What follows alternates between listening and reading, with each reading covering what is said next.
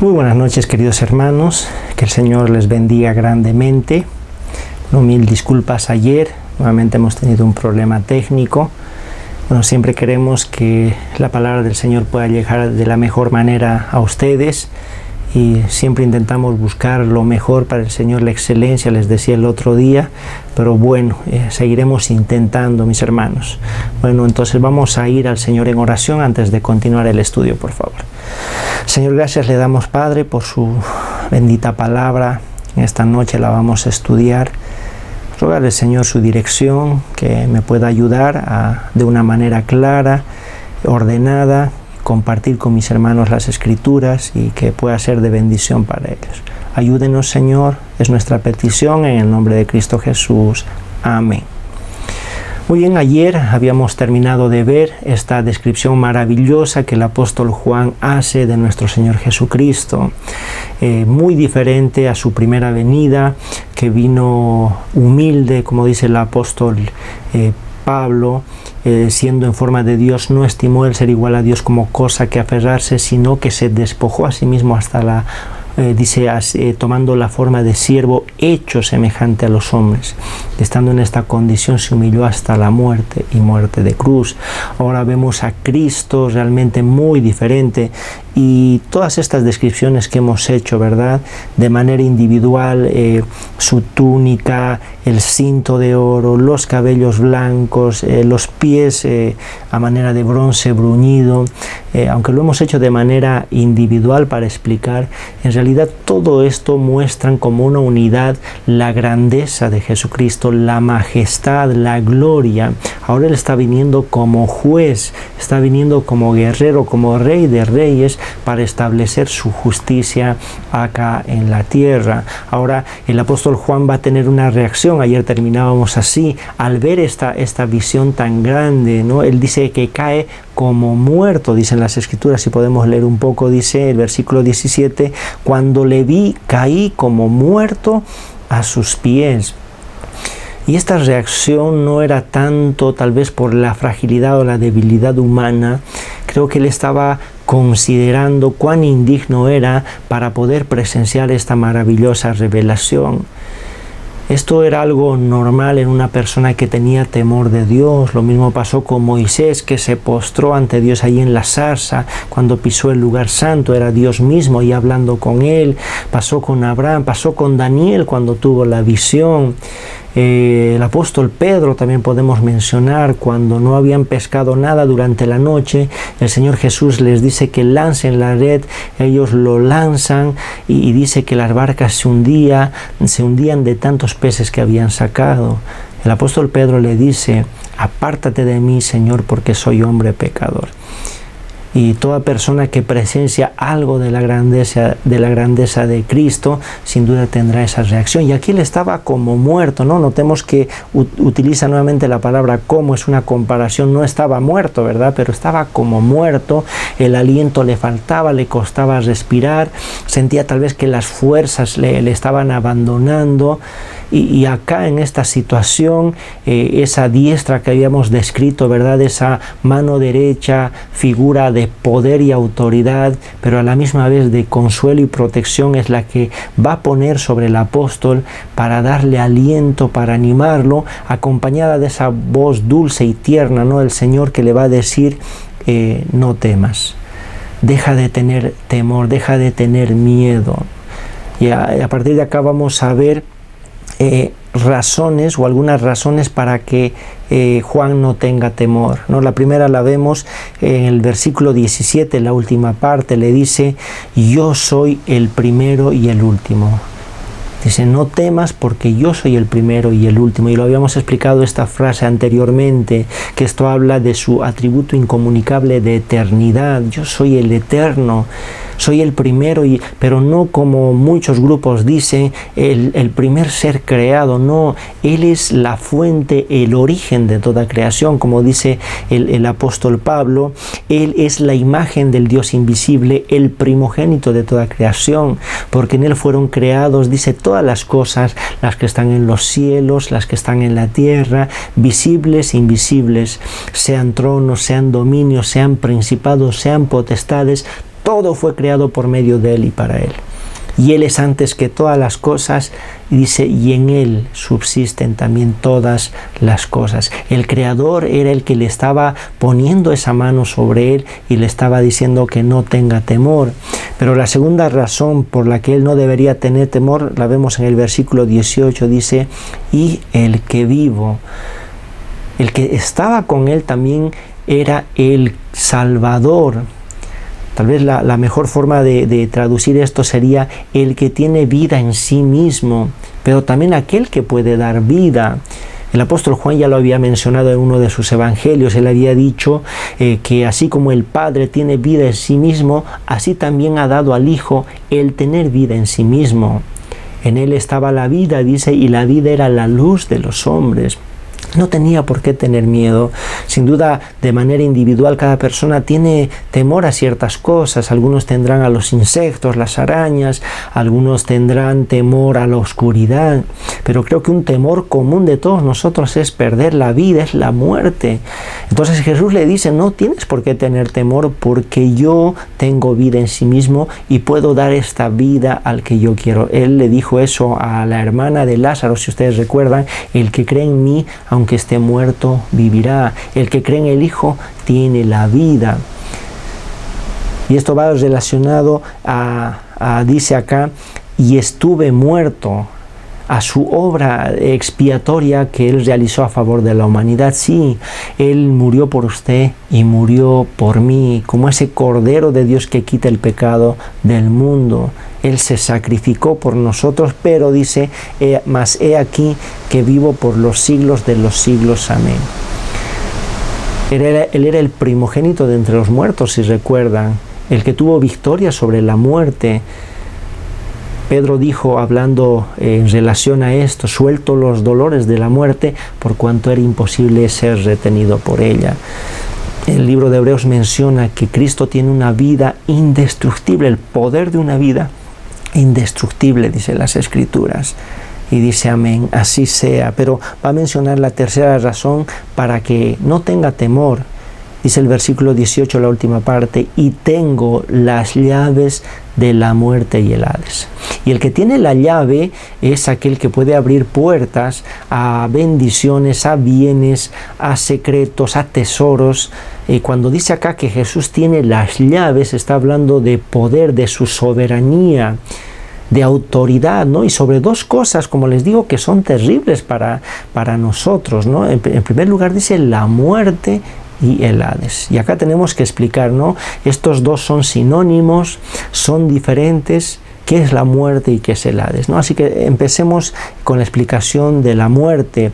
Y de acuerdo a las Escrituras podemos decir que la muerte es la separación del cuerpo del alma de la persona. Es cuando esta parte material se separa de la parte espiritual. Esa es la muerte, ¿verdad? Por eso ya cuando uno está en este estado, porque es un estado, esta materia ya no siente, ya no reacciona, ya no se comunica, porque ha habido una separación de aquello que le hacía tener aliento de vida, de aquello que le hacía tener sus signos vitales, el espíritu. Pero acá surge una pregunta. Sabemos que el cuerpo, irá a la sepultura, a la tumba, ¿no? Decimos comúnmente así. Pero ¿dónde va el espíritu? ¿Dónde va el alma de la persona cuando hay esta separación? Y gracias a Dios que las personas que han depositado su fe en Cristo, que son creyentes, que son salvos por medio de la fe, ellos irán inmediatamente al cielo, a la presencia del Señor. El apóstol Pablo ya lo había mencionado allá en el libro de 2 Corintios capítulo 5, el versículo 6 dice, así que vivimos confiados siempre y sabiendo que entre tanto que estamos en el cuerpo, estamos ausentes del Señor. Pero confiamos y más quisiéramos estar ausentes del cuerpo y presentes al Señor. El apóstol Pablo estaba seguro de que mientras estemos presentes aquí en el cuerpo, en este mundo estaremos ausentes del Señor. Pero si nos ausentamos, nos separamos de este cuerpo, dice, y eso es lo que más quisiéramos, estaríamos presentes al Señor.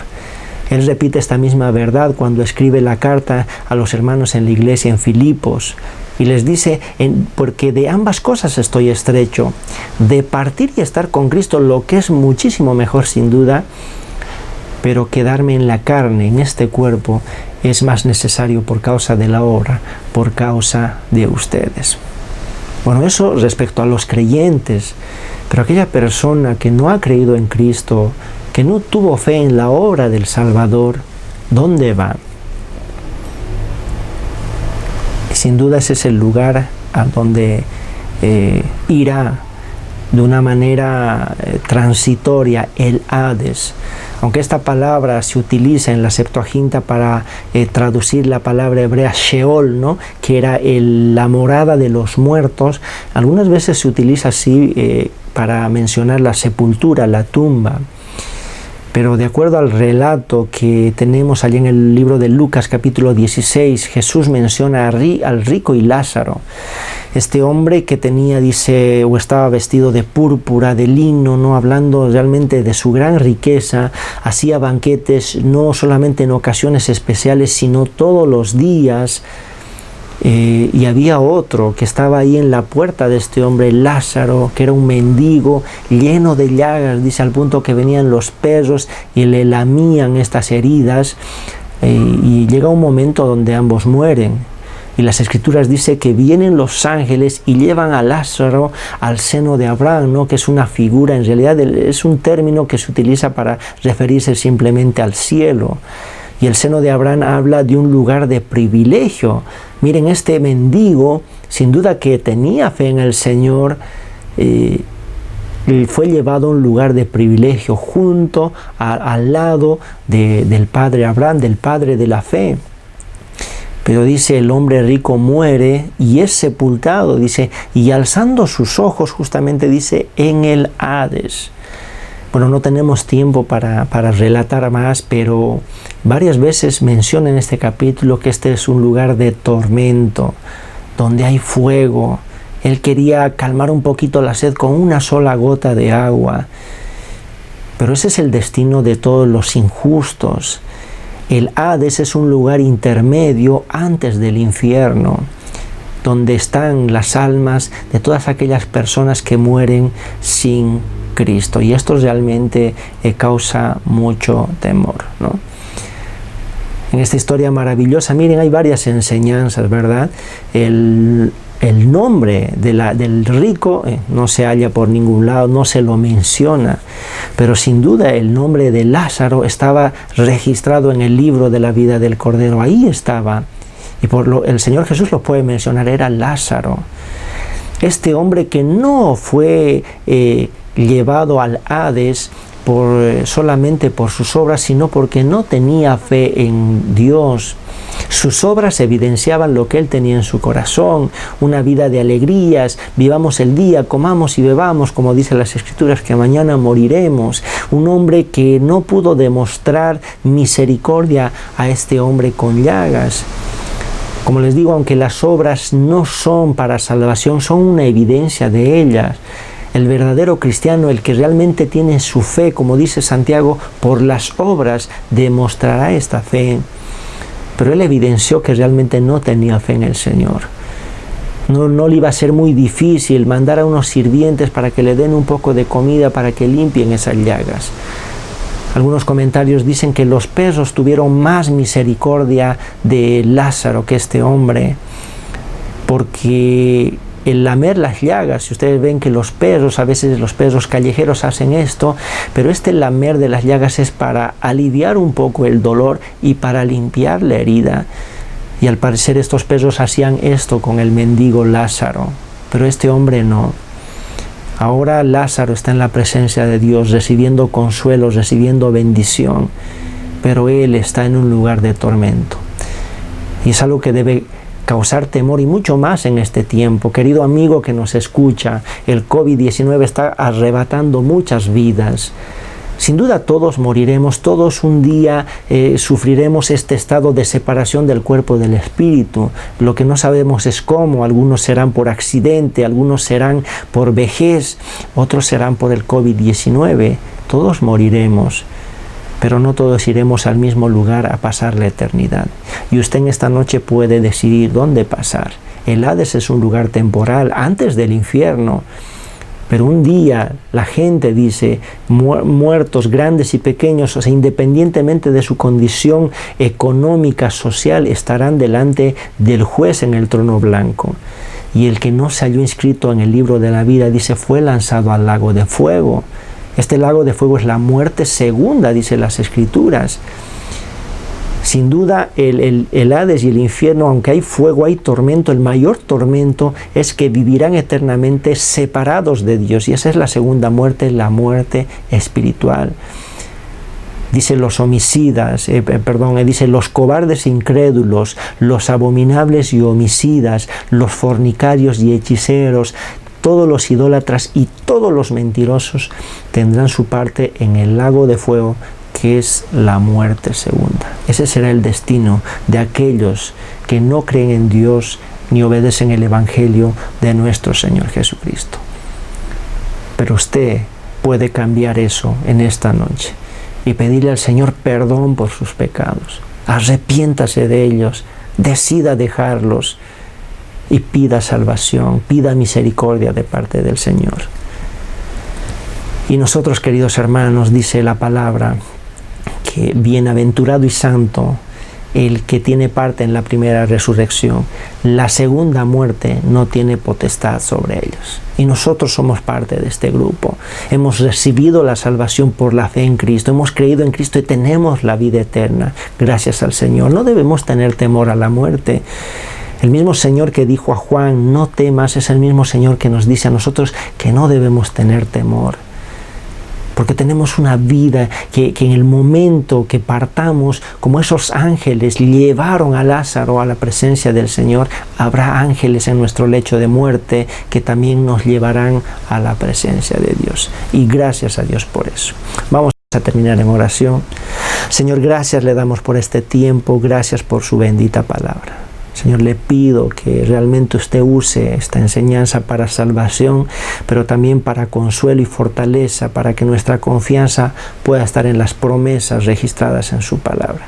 El que cree en el Hijo tiene la vida. Y gracias por eso, Señor. En Cristo Jesús. Amén. Que Dios les bendiga, queridos hermanos. Hasta otra oportunidad.